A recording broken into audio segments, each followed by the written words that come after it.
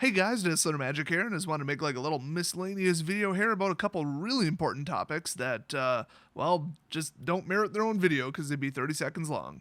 Oh my god, I should, and then I'll put mid-rolls every single sentence. I'll basically be Jake Paul. First of all, some information that everybody's trying to keep on the down low. Well, I mean, if I'm not included in everyone. At least 2 of the 6 distributors in the US have been restocked with Commander 2017. It's almost always simultaneous. I honestly think that Wizards printed some more. They quite literally manufactured some more. I mean, it was popular. The whole shrink from 5 to 4 decks, it just fixed everything. I mean, it really, really did. And a lot of the decks are still between, well, I think one of them's 24, but the rest are like 31 to 50, which is pretty good. Considering the MSRP is $34.99 and like a lot of the decks are above that even on eBay, I mean, that's really saying something. I mean, even some of them are like 33. So it kind of goes without saying, they haven't exactly gone down in price since they came out. They've been very popular. I mean, honestly, Commander in general is a very popular product. But it's almost always, from what I've heard, and this is a rumor because, oh, it's all top secret, and I don't know why Wizards wants us sellers to be in the dark on this, but allegedly the other times that Commander were printed, they were just one and done. Just one print run. When they're out, and if you need more, too bad.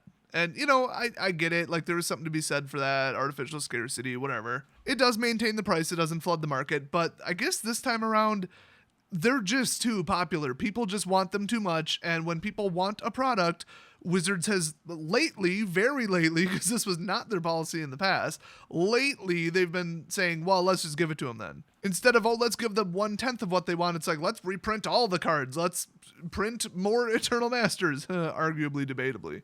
And mark my words, the Commanders from the last couple years will be in a Masters set within 3 years. I absolutely guarantee you that. Like I said, if people are asking for it, there's a demand and people want it. Wizards wants the money, not some guy sitting on a pallet of some product from 10 years ago. So, okay, that's interesting and all. How does it affect you? Basically, don't buy a Commander deck right now, especially for an inflated price. Like, don't go online and buy it for an inflated price, and certainly don't buy it at your LGS for a really inflated price. Also, if your LGS is out, they probably just heard about it and just ordered some, so, you know, they're probably going to be back in stock if they're not already. So, if they were sold out and you do want to support your local gaming store, assuming they're selling them for a reasonable price, you should be able to pick them up shortly. So check for that. And honestly, you might want to like call in a pre-order or something, because I mean, these do go fast. Also, if you like have one sealed that you want to sell on eBay, like that is totally all of you, not sell it right now. Second print runs crash prices. I mean, look at Eternal Masters. So anyway, next up, I watched about, 41 minutes out of the 45 minutes of the live stream, but not live, like the YouTube version of it, from the Arena people. I don't remember who they are. I don't know. Some fat guy that's a programmer and some skinny guy that's obnoxious and bad at his job. Okay, here's a pro tip for everybody. If you're going to live stream something and be the host, and you're like, you know, picking out selected questions and then having people answer them or answering them yourself, don't say like 70 times per minute, oh my gosh, there's so many questions. There's so many questions. Guys, there's so many questions. The questions, they're haunting my dreams. When I close my eyes, I see the questions in the live chat. They're going so fast I can't even read them. I literally can't do my job as a host. Yeah, that's not good. Even if it's true, you don't say it. You just kind of, you know, fake your way through it and then just pick out whatever question went flying past in the chat the most recently. Plus, the guy was using a damn tablet. I mean, use a real PC so that you can use a screenshotting utility where you can just one press the screenshot button and then it saves it, pulls it up in a window so that if you see an interesting question, boom, it's saved for later, and then you can just slideshow mode it. I mean, the guy's just sitting, he's like scrolling up and down and up and down with his finger looking for questions like frantically. I mean, come on. This is like the 3rd or 4th or 5th live stream they did. This is getting pathetic. Anyway, oh my god, this should have been called the non-disclosure agreement live stream, because they would not shut up about it. I mean, at least half of the entire video was just nonstop going back to the NDA, the NDA, the NDA. You're going to sign it. You got to be 18. You got to comply with it. We'll come after you. Our lawyers, blah, blah, blah, takedowns. Oh, the NDA is going to have a separate section, or the beta people, the people who have verified betas will have a separate section on the forum, and then you can't Do that. They even said word for word, I kid you not, like, this is so ridiculous. Like, I get why they put it in there, but do they really expect people to comply with this? You cannot, in person, talk to another human being about the beta. You can't describe it. You can't give a review of it. You can't tell them what it looks like, which is funny because there is footage that Wizards uploaded of it.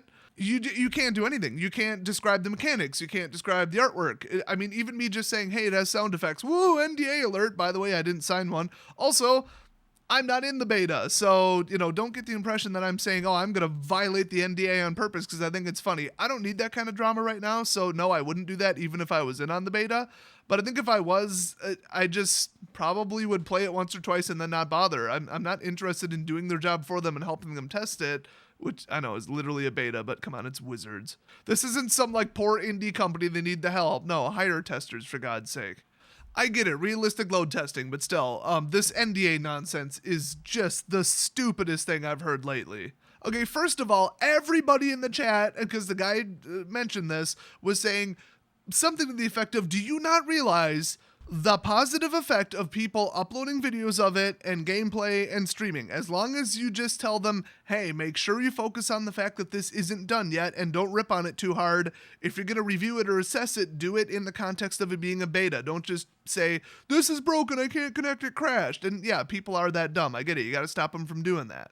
But to not even let people post static image screenshots of it, it's just stupid. And especially when Wizards has screenshots of it, but then those were tightly controlled. They make sure to show off all the features and they handpick them, and it doesn't say here's a screenshot of it crashing, but they're just like so fragile. They're treating this like the most self-destructive, like fragile project ever, where if it gets 1 ounce of bad press ahead of time, it is over, it's done and buried.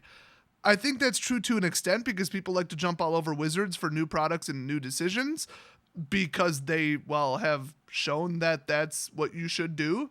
Just from past performance, past decisions and all that, there's a reason everybody's ready to pounce on Wizards, okay? Now, to me, the game looks practically perfect already. I mean, obviously, they need to do some little technical tweaks and, that kind of stuff and make it work at a basic level, like the server's not melting or whatever. But other than that, my God, let people hype it. And they said, we're going to get to that as soon as possible because we do appreciate and recognize it. But, we're going to authorize certain hand-chosen, hand-picked people to stream it first. So we'll let them out of their NDA first and then everybody else, which is basically review rigging. I mean, it's the whole blacklist, whitelist thing that they got going on right now just for everything else except in game form. And in fact, they basically alluded to the fact that it's the same people. So obviously I'm getting a beta code when hell freezes over. There's no way they knew it was me. I used a proxy to sign up, or actually a VPN, but whatever. And I used a throwaway email address and I didn't give them a DCI number, which actually that is probably why they didn't, give me a beta code. But yeah, I don't think I'm on their short list. Also, I'm a software programmer, so I would tear that thing apart and call them bad programmers if it merits it. But so far, the project and the gameplay I've seen looks really good. Like, they really hired people who know what they're doing and really good programmers. So that's refreshing at least, but just even if the NDA is that strict, you don't have to, weeks ahead of time or whatever, just start pounding it, just mentioning it over and over and over and, borderline threatening people and bringing it up every other sentence and every answer to every question is in relation to the NDA. It's like, come on, you're scaring people, insulting people, and driving them away. I mean, here I am right now in this video giving them negative coverage about the product just because of that. But if they seriously think that they can block people at F&M from talking to each other about playing the beta, dream on, okay? That's never going to happen. People are going to talk to their friends about it when they ask about it, okay? That's why I'm glad I didn't get a beta code because I'd tell everybody about it. I don't give a crap. How the hell are they going to find out? I may or may not have left a comment on the video saying something snarky about the NDA too. Something about I'm going to get my cat to jump on the agree button, just jump on the mouse and click it so that it's not legally binding, or just not use my real name. Neither of which are actually true or relevant because, like I said, I didn't get a beta code, but I just wanted to, send a shot across the bow and let them know that the NDA is going to backfire a little bit. somebody's going to jump on Reddit with a VPN and a dummy throwaway account and say, here's an hour of gameplay footage, and then host it somewhere that doesn't give a crap about takedowns. And here's the fun part. Okay, they're going to probably try like a DMCA, Digital Millennium Copyright Act type of takedown on the footage, but they can't because it's gameplay footage. I mean, unless they really want to double down and pull a Nintendo, which, nobody wants that level of bad press. You cannot say, hey, YouTube, they violated an NDA, DMCA takedown. Sorry, that's copyright, not legal issues, not NDAs. They're two completely different things, but I guarantee that's what they're going to try to do. Now, if that was me, I'd countersue them in about 5 seconds. So, yeah. One more reason I'm kind of glad I didn't get a beta code. I mean, honestly, with how like microtransactioned up and the whole, you don't have to pay money, but you do, especially if you want to win. I don't want to play the game even after it comes out. So why would I want to play it before it comes out when it's glitchy and unplayable and unstable? If I wanted that, I'd go play X-Mage. At this point, I'm way more interested in their MMO. I mean, just because it's cryptic and Wizards isn't really touching it. So a third story here, real short. Basically, all I have to say about the card stock error is that it seems to be pretty widespread. I don't know how our printing facility uses the wrong paper for that volume of product, but I've heard so many people on Reddit and Twitter talking about, I have some, all of mine are this way. I mean, I don't even have like even a ballpark number, but I guess if I really had to throw one out there, maybe 5 to 10% of all of them were misprinted. It's like that big. Now let's just sit here for a second and say, okay, 1 in 20, 5%. So 1 in 20 of these flip rares are wrong, and only 10% of people who buy them are going to know to hold them and look for them. That may sound like a small number, but it's not. It's just not. That would be really crushing to the price of these, which is cool. Like, I don't think it's like that great to have an ultra rare, now I got to check every single card with a flashlight.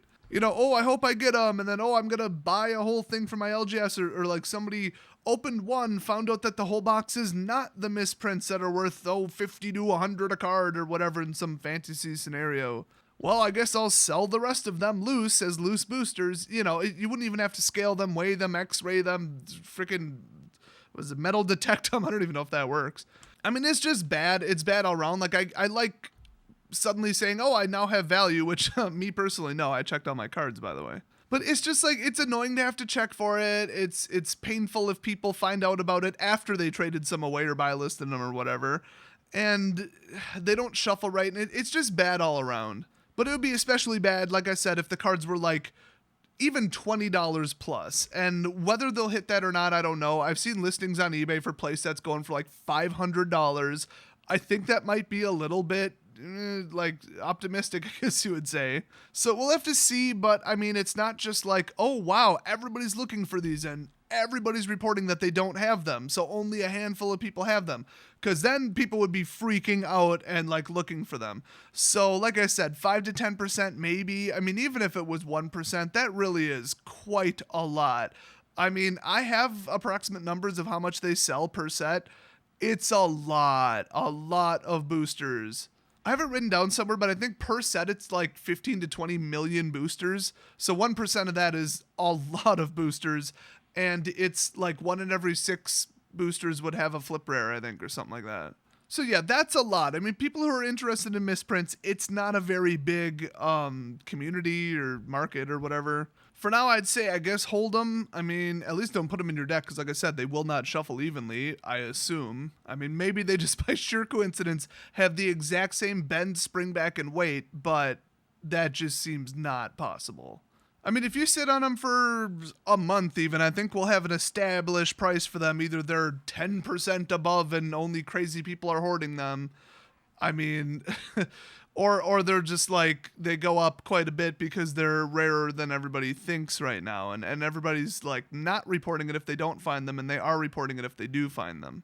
That could skew it a bit. So I don't know. I mean, if you hold them for a little bit, the only thing that can happen is they go up. So just don't get rid of any flips that are misprinted. But would I go buying them up right now? No, I feel like they're going to go down. So that's it for the Magic News Update Variety video, whatever the heck I'm calling it. See you guys next video.